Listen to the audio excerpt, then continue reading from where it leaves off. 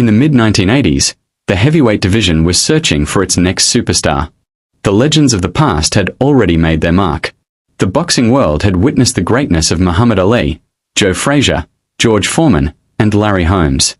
But no one expected that the next dominant force would arrive in such a violent and unforgettable fashion. His name was Mike Tyson. Before he became a global icon, before the championships, before the fame and controversy, Tyson was simply a teenager from Brooklyn with extraordinary talent and a burning desire to prove himself. What made Tyson special wasn't just his punching power. Heavyweight boxing had produced many hard hitters. What made Tyson different was the terrifying combination of speed, aggression, timing, balance, and raw explosiveness. He moved like a lightweight but punched like a wrecking ball. From the moment he entered the professional ranks in 1985, it became clear that something unusual was happening. Most young heavyweights spend years learning their craft. Tyson skipped that stage entirely. He attacked every opponent as if he had a personal grudge against them. Every fight seemed to follow the same script. The bell would ring. Tyson would move forward. And moments later, someone would be lying on the canvas. One of Tyson's earliest statements came against Ricardo Spain. At the time, Tyson was still an unknown prospect, but those who had seen him train were already talking about his frightening potential. Against Spain, Tyson wasted no time showing what he could do.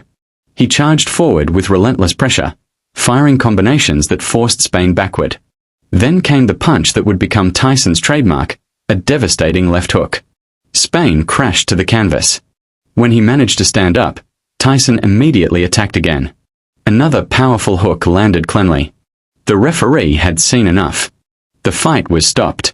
For the crowd, it was exciting. For future opponents, it was a warning.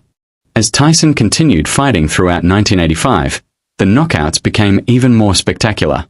Michael Johnson lasted only 39 seconds. A crushing left hook to the body folded him in pain. When he bravely rose to continue, Tyson blasted him with a thunderous right hand that ended the fight instantly. The entire sequence happened so quickly that many spectators barely understood what they had witnessed. The knockout was brutal. But more importantly, it showed that Tyson could end a fight with punches to either the body or the head. There was simply nowhere to hide. A few weeks later, Robert Collery became another victim. 37 seconds. That was all Tyson needed. One perfectly timed left hook and the fight was over. The audience erupted. By now, Tyson's reputation was growing rapidly. People weren't just talking about his power. They were talking about his speed. Heavyweights were not supposed to move this fast.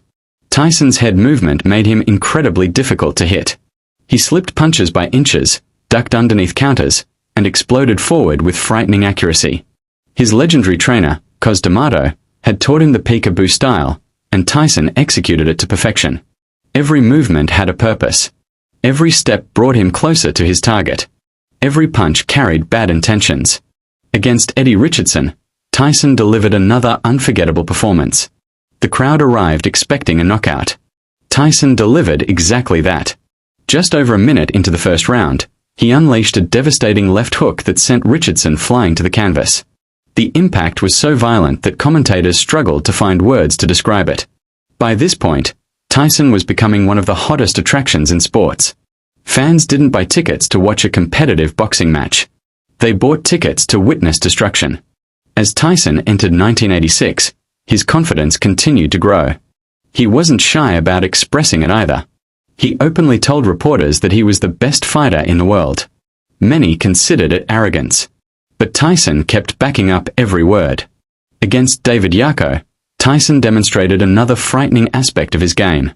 Yarko repeatedly clinched and held, hoping to survive. But every time the referee separated them, Tyson attacked with renewed intensity. Knockdown after knockdown followed. Tyson stalked his opponent like a predator. Eventually, the referee was forced to stop the contest. The heavyweight division was beginning to realize that Tyson was not simply another contender. He was becoming a genuine threat to everyone holding a championship belt.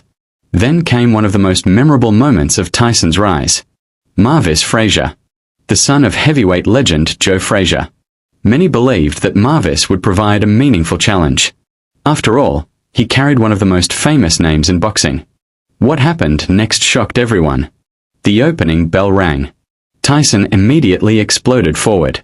A crushing right uppercut landed. Then came a savage combination. Within seconds, Frazier collapsed. The referee didn't even bother finishing the count.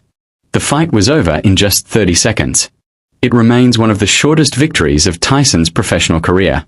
The knockout was so devastating that many observers described it as looking less like a boxing match and more like a car accident. Soon, Tyson earned his opportunity to fight for the heavyweight championship. In November 1986, he faced Trevor Berbick. The result was historic.